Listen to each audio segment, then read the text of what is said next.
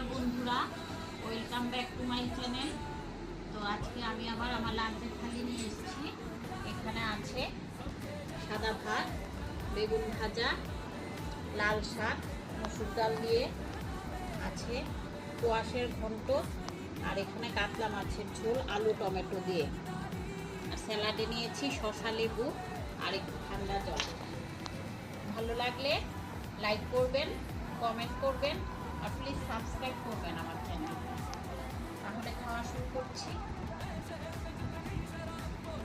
প্রথম ভাত দিয়ে খাচ্ছি।